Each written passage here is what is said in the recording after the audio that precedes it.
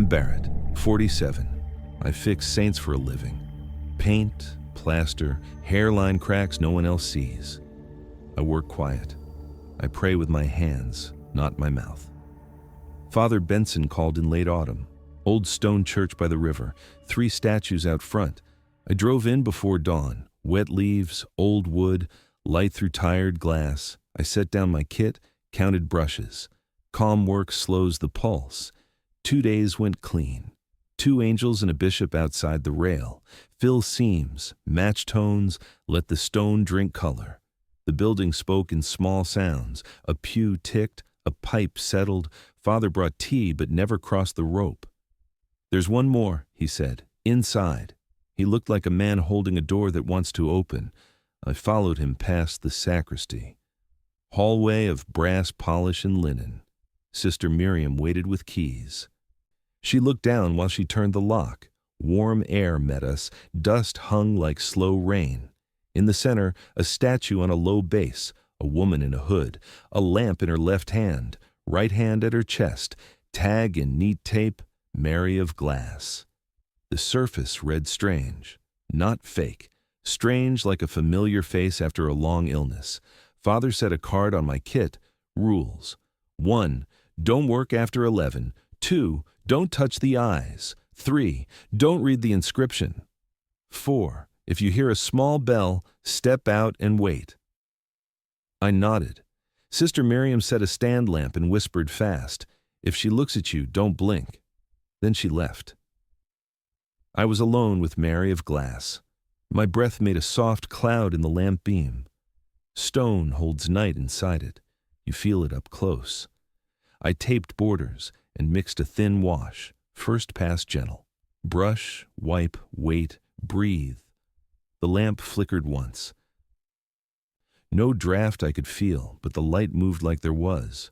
The room sounded like a held breath. I stayed with normal things. The cuff, the lamp rim, the base. The first wrongness came quiet. The rag lifted damp and dark near the lamp. Rust, I told myself, but the smell said copper. I rinsed the rag and did not look at the drain. I stopped short of the face. Eyes wait. You finish the rest first so they don't own the room. I stepped out before 10. Sister Miriam asked, "How late?" "Not late," I said. She watched my hands. Night brought a bell not bigger than a fist, not the church, too thin. I slept again and dreamed of a door that wouldn't choose a side. Morning brought a colder nave and a warmer room. A moth lay folded under the shade. I worked the veil and jawline. The carver knew living throats, where light changes at that small tendon. They had it right. Before lunch, Father stood at the threshold. "How are you getting on?" "Surface is sound," I said. "The core is unusual." He looked at the base and said nothing. I ate in the truck. Coffee gone to metal. Back in the room, the warm edge had grown. I told myself a furnace line ran under the floor. I knew better. I changed to a softer brush. I touched the line where lid meets bone. Hair on my arm rose slow, like a hand smoothing it the wrong way. I raised the lamp to the eyes. The pupils held light instead of giving it back. A bell rang once, not outside, near, inside the room or where my skull meets my ear. I stepped out and waited. Sister Miriam listened with me. When the sound ended, the hall loosened like it had been too tight. I went back and avoided the gaze.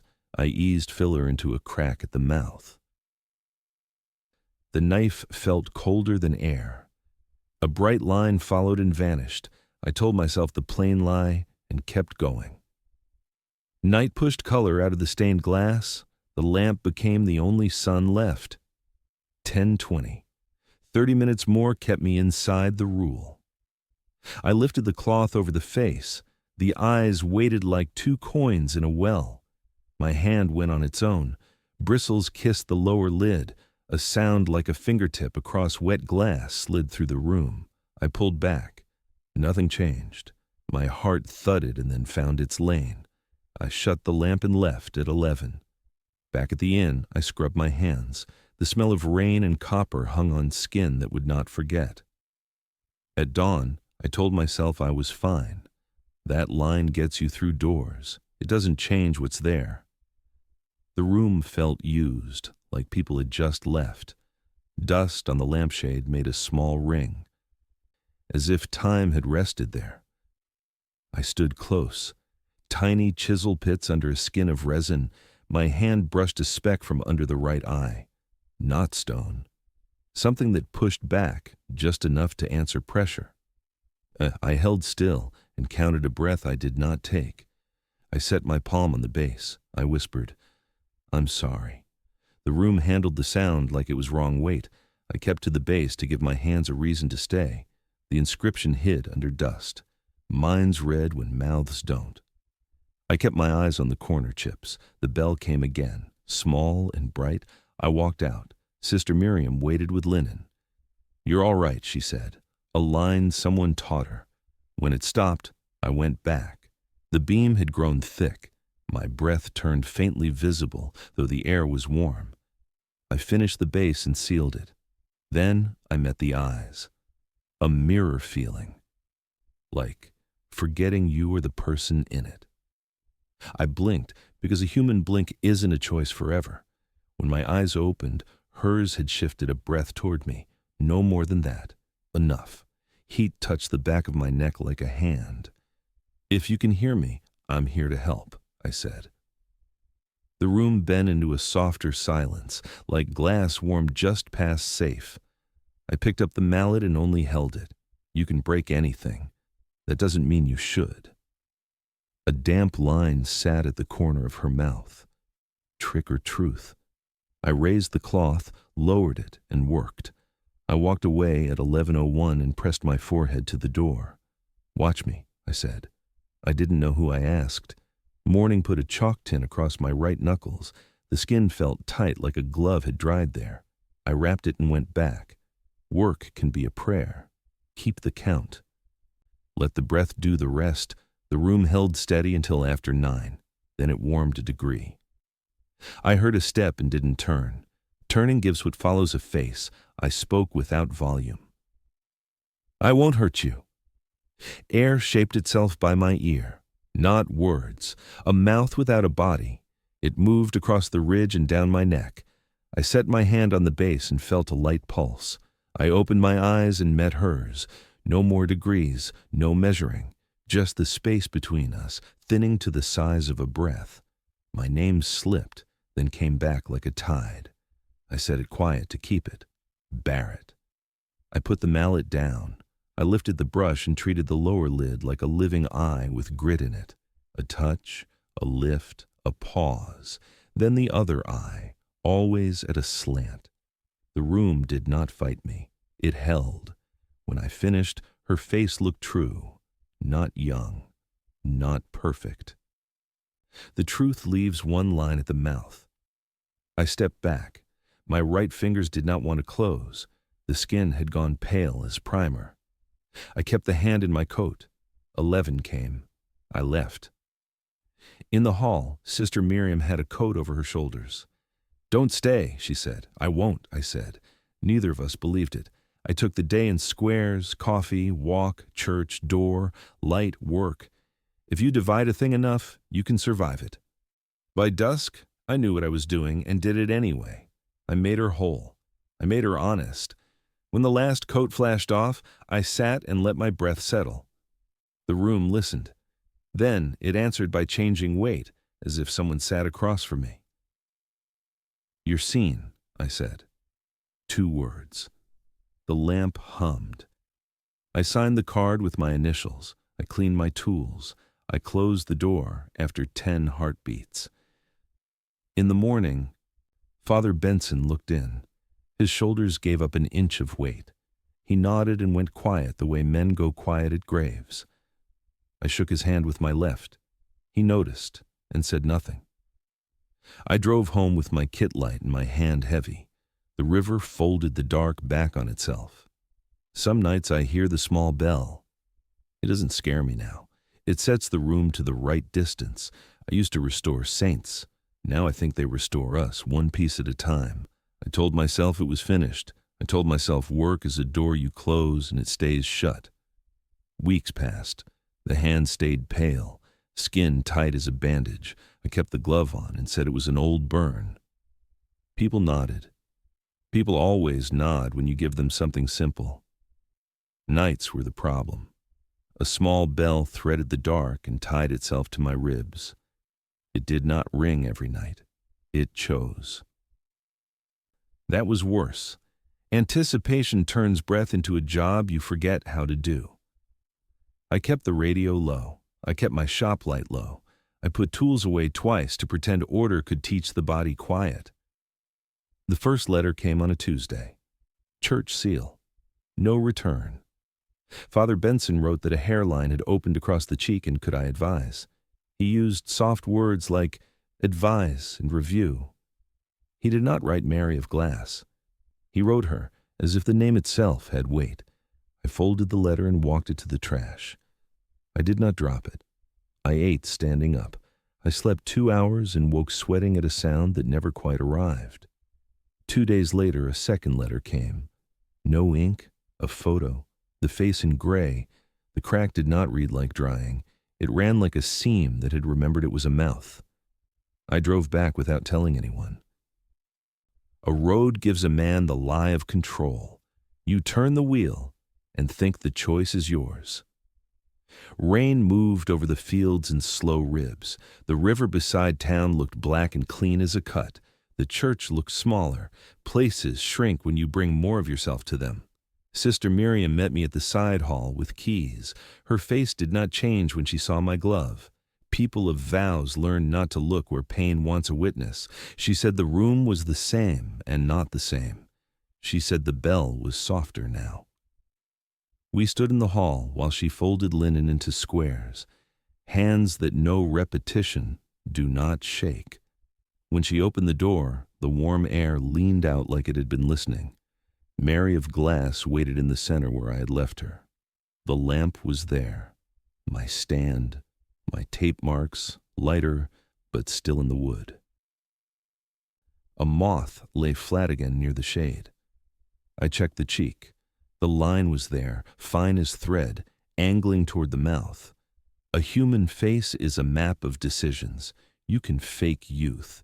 You cannot fake the places where heat and time press their thumbs. I mixed a thin wash and worked the jaw. The smell of copper rose like steam off a kettle. It met the back of my tongue and would not leave. Father Benson stood at the rope and said nothing for a while. Some silences are courtesy.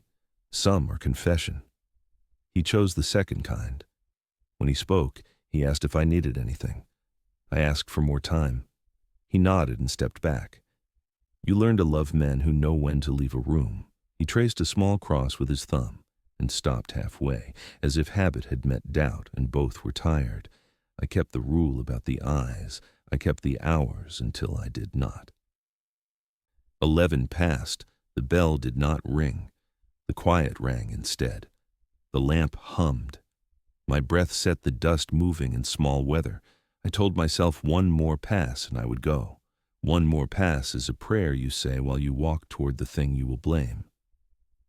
I lifted the cloth and met the gaze I had given back to her. The pupils took the light and cooled it. Not a trick of resin. A taking.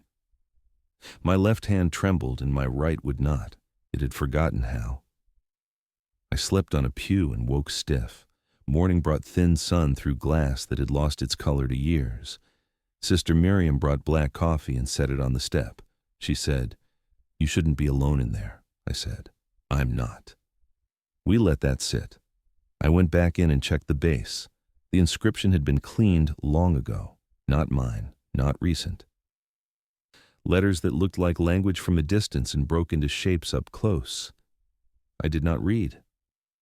I set a finger to stone and felt heat push up like breath under a door.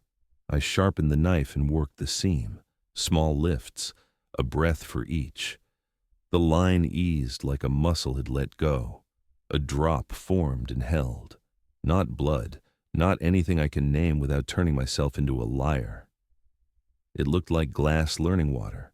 I caught it with a corner of gauze. It warmed the cloth, then cooled it. The bell rang once. I stepped back and waited in place. Rules say step out. I did not. The sound hid in the wall and rang inside the ring it had already made in me. I counted to 30. It stopped at 29. I heard steps in the hall. Sister Miriam did not enter. She waited because she had learned that waiting is a kind of mercy. I said, "It's all right," and I meant it for both of them. The bell eased away. The heat stayed. A hum ran along my glove like small current. I slid it off. The hand beneath was white and rough, not dead, not living the same way as yesterday. I pressed my knuckles against the base. They matched its grain too well. I set the glove aside. The room accepted the choice. The choice accepted me. The afternoon became a long-held chord. I filled the seam with a mix I had never learned and could not name, made from resin and heat and a little of my fear. It set fast, like truth when you finally stop arguing with it. I feathered the edges and watched the face return to one expression that felt like rest. Outside the door, Father's feet paced twice and stopped. He did not ask. When men keep your faith alive by not asking, you come to owe them. Dead of silence, paid in breath. I took a break and walked the outer aisle. Candles had burned low and left cups of clear wax. I pressed a thumb into one and held the film against my wrist. Cold helped. The pale skin quieted for a minute. Then it remembered itself and went stiff again. I looked up at the window and saw a woman with a lamp in the blue. The panel had been there all along. I had not noticed it. She looked past the viewer into a middle distance that might have been me 2 weeks from now. Some art is a mirror with better manners. I told Father Benson the crack was resolved for now. I told him we should not invite attention. He looked at my right hand and then at my face. He asked if I would come for Mass the next morning. I said I would stand in back. He looked relieved and then guilty for being relieved. Men of cures carry too much. You can hear it in their shoes. He closed the talk with a nod that meant thank you and also forgive me. At home, the nights got quieter, but not empty. The bell learned patience. I could go 3 days without it, and then it would slip one bright note between my name and my breath. I took walks. I did small jobs for small churches. I avoided mirrors that went below the wrist. The glove lived in my pocket more than on my hand. I told myself the mark was not a punishment. It was a receipt, something given and taken and recorded in a quiet ledger I do not get to read. 3 weeks later, I woke with a taste of memory in my mouth, dry and faint like old glass. I drove back before the thought had time to break into parts. The river was a strip of dark tin. Father Benson was already at the door. He was not surprised. He said there had been nights with footsteps in the sacristy and no dust moved. He said the moths did not die in that room anymore. They lay down and then stood up again when the lamp was on. He said he had prayed for guidance and received the kind that says, keep going. Inside, new tape marked a narrow path. Sister Miriam had made it to keep visitors from walking too close. She watched me without looking at me, the way nurses watch someone wheeled past and take in the color without writing it down. I lifted the cloth and met the problem. The line sat at the edge of the lower lid like a question you pretend you did not hear. I let it be. I worked the surrounding planes, brows, temple, the soft triangle below the inner corner. My breath set the rhythm, and then hers joined mine. Not sound, not sight, a pace. Weeks after the second return, the crack did not come back. The face held. The heat in the room eased to a warmth you would allow a sick friend. The bell seemed satisfied with reminding me it existed and could choose me when it wanted. I left the church that last evening with my kit light again. The right hand didn't flex right, but it worked. Function is a piece you make with damage. Out on the steps, Father Benson put a hand on my shoulder. "We appreciate you," he said. I said, "I didn't fix her. I learned how to stand in the room. He smiled like a man who knew the price of that sentence and counted it fair. At my workbench at home, I keep a fragment of gauze in a jar. It looks like nothing. It looks clean. When I hold the glass, it warms a little, then cools. I don't pray at it. I don't ask it for anything. I just remember the room and the breath that was not mine and the face that learned rest. Some nights the bell finds me. It sets the air in the shop to the right distance. It says a simple thing without words. Keep faith with what you touched. I used to restore saints, I still do, but the shape is different now. I restore what is left in me when I walk out and close the door. Weeks passed and the bell still found my nights. Not every night, enough to keep the lungs careful. I would wake with my right hand under the pillow and feel the dry pull of skin. White, rough, not dead, usable. The glove hid it from the world. A simple story hid it from questions. Old injury. Winter makes it stiff. People nodded and talked about roads and weather. That helped. A parcel came on a Monday. Brown paper, no name. Inside, a thin notebook and 3 photos. The paper smelled like a drawer that had been shut for years. One photo showed the room long ago, no lamp yet, just a square of bright on the floor from a high window. The next showed a face wrapped in gauze.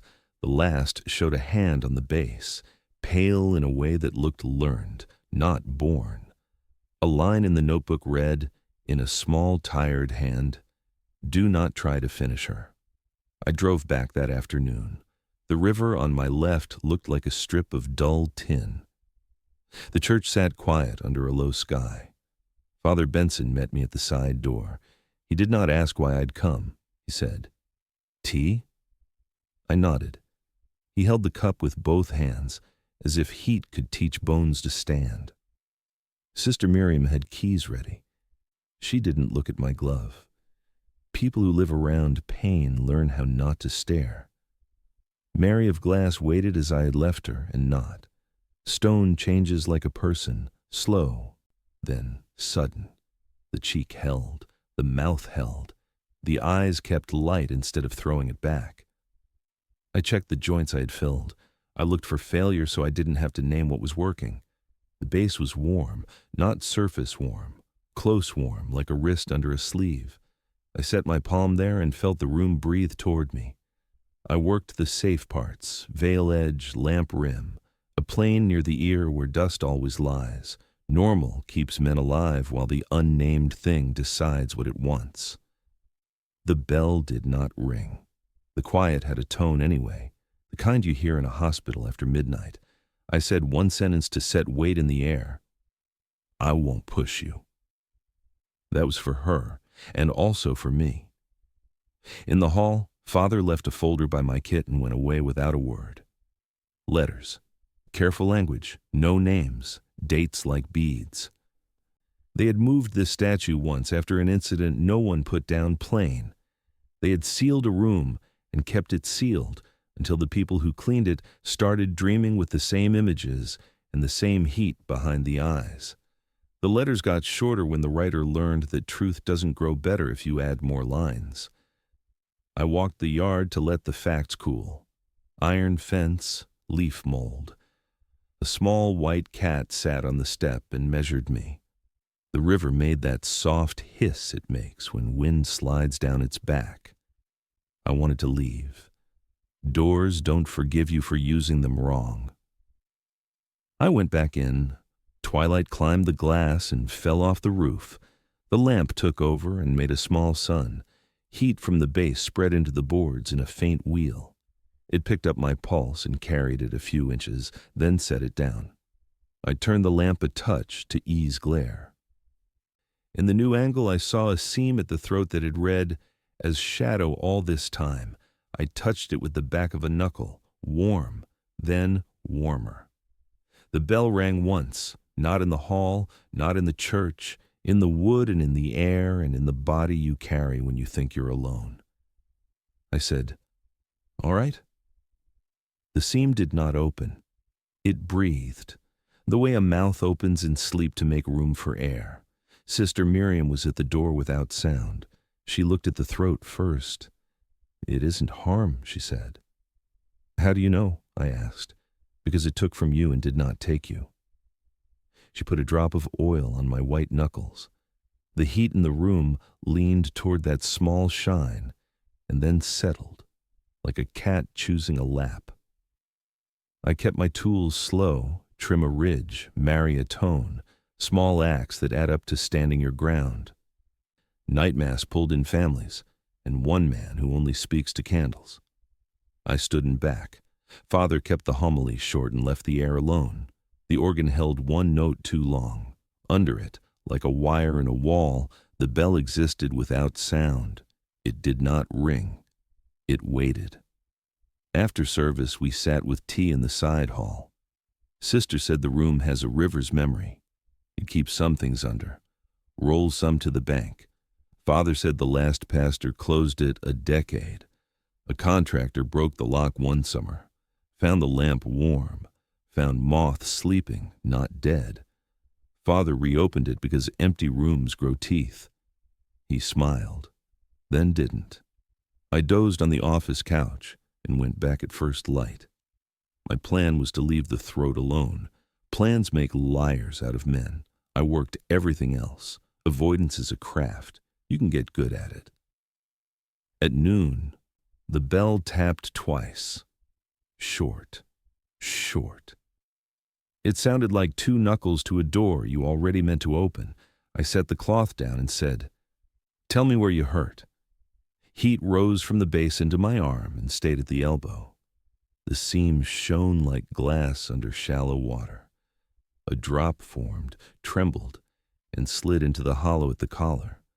The room did not protest. It approved. I did not touch it. I trimmed a small ridge near it and let the line be. When I cleaned the knife, my right hand flexed without orders. The skin did not crack. Motion came back like a door rehung. Sister stepped in and said, "You look less pale." "So does she," I said. She closed her eyes for one breath. Relief. Stern and quiet. By dusk, the air felt like bread just out of the oven. Fragile, necessary. Father stood at the rope and watched the lamp. "Do you think she's finished?" he asked. The notebook line answered for me. "I don't decide that," I said. He nodded and did not press. I packed the kit but left the stand lamp. I left the glove on the table. I stood with my palm on the base. Heat met heat. 2 lives, 1 stone, 1 man who has learned he is not in charge of what he loves. "I'll come when you call," I said. I locked the door and took the river air like a clean blade. At home I worked small jobs and did not talk about the church. The bell came once in a week, then not at all. Then twice in one night, like a child waking and listening for feet. The notebook lived under invoices. Some nights I read the empty pages and heard what the writer could not say. Weeks made a kind of normal, not the old kind, a calendar with blanks I kept on purpose. I walked to the river when sleep failed. The water moved black and honest. The hand went a shade less white. You could not prove it. I did not try. Late one night a note slid under my door. Typed, no name. The mouth will open when silence has done its work. I woke to the bell at blue dawn and knew the road would have me before coffee. Fog held low like a secret that did not want to leave the ground. Church lights were on. Sister had the side door ready. Father waited in the hall. "We heard it too," he said. Inside, the room held a new quiet, full, not empty. A heartbeat you notice only when you choose to sit still. The seam was dry, the eyes were steady. The mouth had the smallest curl at one corner, the kind sorrow leaves when it learns it can rest. I did nothing for a while. I matched my breath to the room. Then I set a palm to the base. It was warm. It was alive in the way stone can be when it is asked to hold a story larger than itself. Father asked me to write a short report for the archive. I wrote 5 lines, dates, materials, observations. I did not write the bell. I did not write the heat that knows my name. Some things you only speak by standing where they happen. I signed with my left and tucked the page under the folder. Sister Miriam added one candle to the tray outside the door. She did not light it. She said, "Let the room decide." We all stepped back and let it. I used to restore saints. I still do. But the work is turned. It now restores the part of me that can stand there with both hands open and not ask for a sign. I kept the jar on my bench and waited out a week that would not end. The bell took 2 nights off, then returned like breath behind a door. I slept in slices. I woke with my right hand on my chest as if it could keep the ribs where they belong. The glove stayed in my pocket. I told myself I was past the worst. That lie helped me eat. It did not help me pray. When prayer turns into counting, you are already halfway to the room. At dusk, Father Benson called. There would be a vigil. A child lost. He asked me to stand in back. I drove in under pewter sky. The river held a storm and did not spill it. I parked by the hedge and told myself I would not go inside the room. I walked to the hall and stayed with people who still had names for their feelings. Sister Miriam moved candles like she was setting out breath for the building. She did not say my name. She looked at my right hand and then at the floor. The vigil lasted an hour. Father kept the homily short. No theories, no fixes, just company. The organ held 2 notes and let them go. The mother's fingers nested like a broken bird. When the church emptied, I stayed. The hall smelled like wool and rain. Father touched the side door and waited. He said, "If you have to go in now." I told him I would only look. Neither of us believed it. The door breathed warm. Dust hung like soft weather. The base gave off a low heat that set the air to a purpose. Mary of glass stood where I had left her, eyes calm, mouth at that rest that says pain learned how to sit down. I set my palm to the base. A pulse matched mine, half a beat slower. The room had chosen to listen. I checked the throat seam, dry. I checked the cheek, whole. The eyes took the lamp and held it, patient as a hand holding water. I told myself I would say a short prayer and then leave. A short prayer is a bridge you watch break. I matched my breath to the heat in the stone and said, "I am here." The room answered by easing its shoulders. A draft pressed the door and stopped. Sister Miriam stood at the threshold. She did not cross. She said, "If you hear the bell, do not speak first." She left the door 3 inches open. Honest light. It came not as a ring, but as the idea of a ring. The body heard it before the ear. Heat rose a fraction under my palm. The mouth opened the width of a hair and stopped, like a patient trained not to ask too much of the world. Dust tilted toward the face and fell back. I waited. In rooms like this, the first speaker is usually the one who needs to listen. A breath-shaped touch climbed my right wrist to the hollow of the elbow. Not cold, not warm. Recognition. A small bell answered once from the base or the boards or the body that keeps me alive. I said nothing. The mouth opened another hair. The jaw did not shift. The lips did not crack. Glass remembering water. I thought of the 4th pew, the mother's head down, the boy who dropped a card, Father's face when words must serve and cannot. Mercy is not a fix. It is a presence that does not leave while you break. I said, "I see you." It was for her and for what she held. Heat lifted to my shoulder and settled like a weight you choose to carry. My right hand flexed without pain. The white did not fade. It learned to belong. The mouth opened to touch more. Inside, not darkness, not flesh. A soft surface that returned one line of light.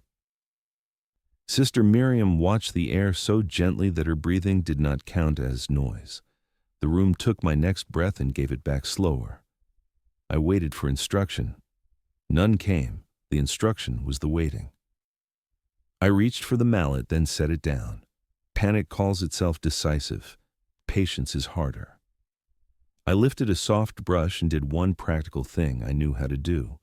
I lifted 2 grains of dust from the lower lip so nothing would grind if more movement came.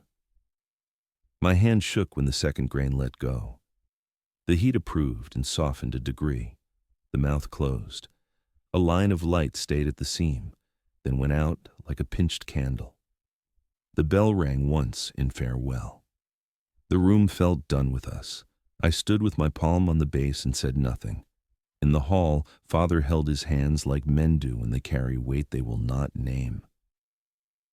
Sister set the keys down like a ritual. We drank tea. Father did not ask. I did not tell. We will keep the room quiet, he said. Yes, I said. Sister said, it took what it needed. We let that sentence be a room of its own. I drove home slow. I slept 7 hours without waking. The bell did not touch me. In the morning, the jar was cool. My hand worked simple tools like a hand again. I sanded a frame. I set a hinge back in its lane. I tasted breakfast all the way through. Days became ordinary with a seam. I fixed a small saint in a school and left before the bell that calls children. I put a cross back on a nail for a woman who needed it where her eyes would find it first. I kept the glove in my pocket and tried not to look at it like a relic. Then, a letter came from a parish south, a caretaker. He said a statue in his sacristy had grown warm, a crack at the mouth. Please advise. I didn't answer. I drove. The statue stood on a crate in a room made by subtraction, a woman with a lamp, not Mary of glass, a rumor of her. The base was not warm, but it wanted to be. I cannot take this on, I said. He nodded. What should I do? Keep the door closed, keep watch, do not invite it, do not fear it. If it asks, do not speak first. He wrote it on a card and slid it into his pocket. I left before the room learned my name. On the way home, I stood by the river and let the wind take a turn through my lungs. I told myself this work is local. You do not spread it. You do not make it a story for men who like stories. The bell kept its distance and lived inside the larger sound of water on stone. A week later, Father called. The mouth opened, he said. I was already in the truck. In the side hall, Sister had the lamp on low. Father stood like a figure in a painting of waiting. The room met me with a steady pulse. The mouth had opened the width of a finger. No fracture, no split. A learned motion. Inside, a surface that held light without throwing it. A color I do not have. The bell did not ring. It lived inside that open line. I stood 10 breaths and then set my palm to the base. Heat rose and took my breath and gave it back in measure. If this is for me, I will not run, I said. If this is not for me, let me stand near it without stealing it. Words as tools and as weights to keep hands from shaking. The lamp steadied. The dust settled into a tide line. The white in my hand warmed and did not fight. I did not reach into the mouth. I am not a priest. I am a man with brushes who knows how to wait.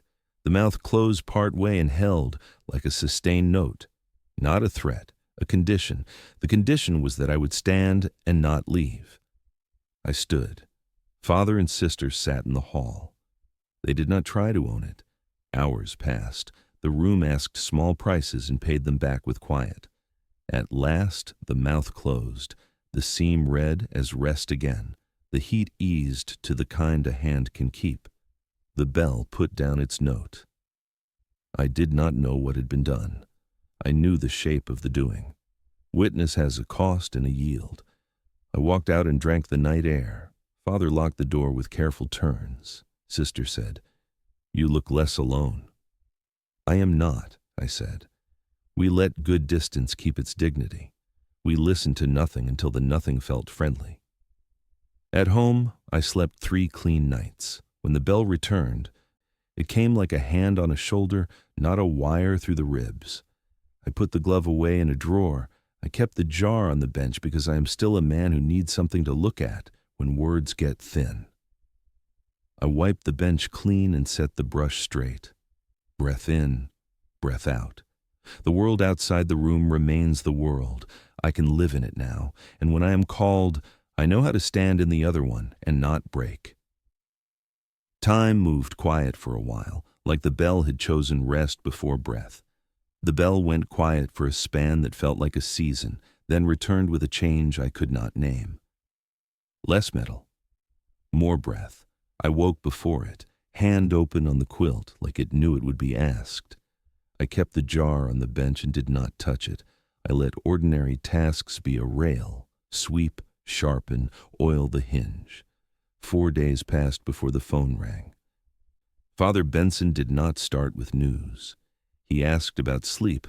Men ask that when they do not want to say help. Then he said the mouth held open through the night and would not close. No bell. A tone he could not place. The church felt like a room that had started to remember too much at once. I told him I was on my way. The river had its back up, brown water, fast, sky like unpolished metal. I parked by the hedge and waited until the wipers stopped talking to themselves. Inside, the nave was dim. Rain kept the glass from choosing a color. Sister Miriam met me with a towel and the keys. "It has been gentle," she said. She meant Mary of glass. She meant the heat and the tone and the way the air carried both without shaking. The room breathed warm. Lamp steady, mouth open a finger and a half, not hungry, not demanding. A posture, like someone leaning to hear. The seam held, no fractures. The bass sent up the same half beat as my chest, only calmer. I set my palm to the stone. Heat met me, lifted one notch, then held. The tone ran the boards and the breath and the dust that refuses to fall. "I am here," I said. The room went to work. Father stood outside the door. He prayed the way men pray when prayer's endurance. No lists, no bargains, presence. Sister sat with a rosary she did not count. Time thinned until I could lay it over the base and see a pattern. The pattern said, "Wait." A family came in the side door for a private mass. I stayed in back. The mother kept her hands inside her coat like she was holding birds. Father spoke only words that cannot be improved. At the end, he asked for silence. The tone matched the quiet and braided itself through the church like clean thread. When they left, the quiet did not break. It changed key and returned to the room. I cleared 2 grains from the corner of the mouth. If there was to be movement, I would not let grit make hurt. A thread of light sat inside the open line. It did not cut. It warmed. I remembered the note. Do not try to finish her. I kept my tools honest. I did not finish anything. I listened. The first word came without letters, not a voice, a shape of meaning. It formed where the bell usually lives and settled where names live. Not mine, not father, a child. The room held it like a bowl warm from hands. Sister let out one small breath the way you do when news arrives and sits without asking. Father stood straighter, without moving. I said nothing. The mouth widened a fraction and stilled. What is a miracle you can live with? That sentence sat down by my right hand. Work taught me fix. Faith taught me presence. This asked for what lives between. I set my palm flat. Heat answered. The tone steadied. I did not ask for more. The light held like a candle that has decided to be patient. Storm moved closer. The roof took its weight and gave it back. A power blink put a seam in the lamplight and then mended it. I waited for the bell. It did not come. The tone lay under the rain like a bass note under a hymn. "If you need a witness, I am here," I said. The mouth changed by a breath. The light stayed the same. I thought of the other parish, the cousin statue, the man with the card.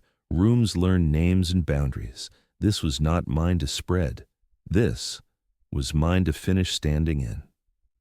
I took the glove off and set it on the stand. The pale hand did not fight.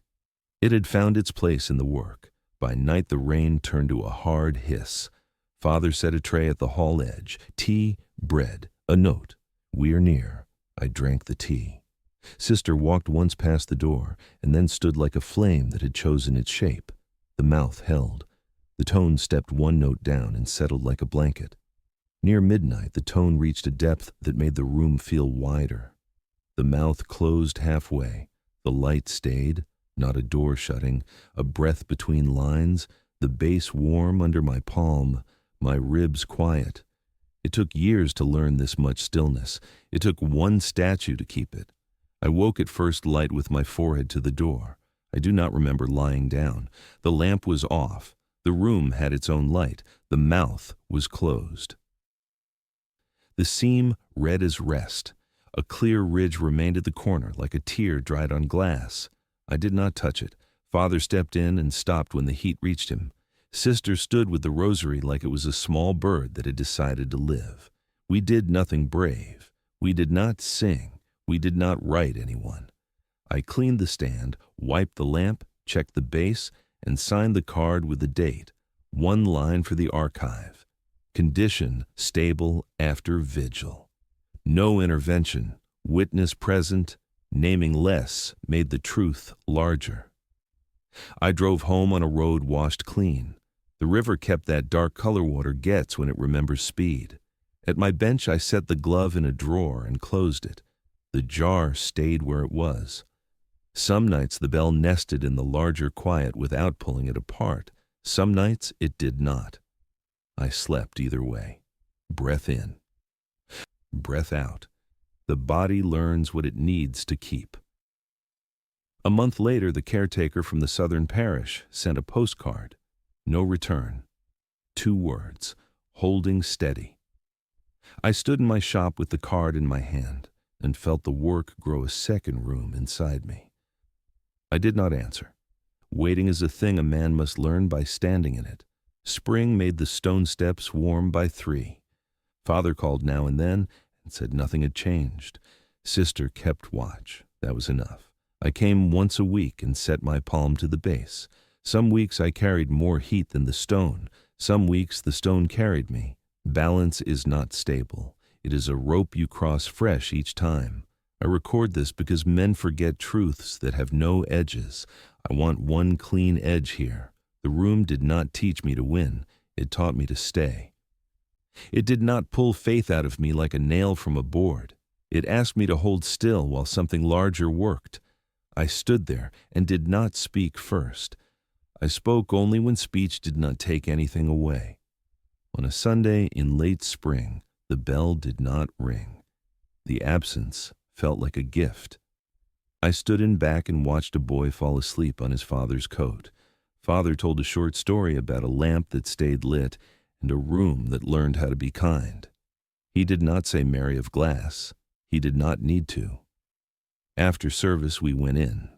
The lamp was off. The room was warm and not heavy. The mouth had one soft line at the corner. The eyes held the light like someone keeping a promise. Father asked, "Do we close the door for a while?" I said, "We let it teach us the pace." Sister said, "I will hear the bell if it comes." We left the latch and walked out into air that smelled like rain that changed its mind. I do not know what you will make of this. I know what it made of me. I put the glove away and used the hand I have. It is white and it is mine. It does what work asks. When I pass the river, I let the wind take a breath out of me and put a better one back. The jar sits on the bench. Some days it warms and then cools. I let it. Not everything that warms a man needs a name. I used to think my work kept saints from falling to pieces. I was wrong about the shape of the work. Some things do not want worship. They want company. They want a witness who knows when to be quiet and when to make tea and when to stand by a door without opening it. If you hear a small bell and it chooses you, do not answer first. Stand. Let it speak. Keep your hands honest and your breath slow. Leave the room slightly better than you found it. I used to restore saints. Now I think they restore us one piece at a time. She did not ask to be worshipped. She asked to be remembered.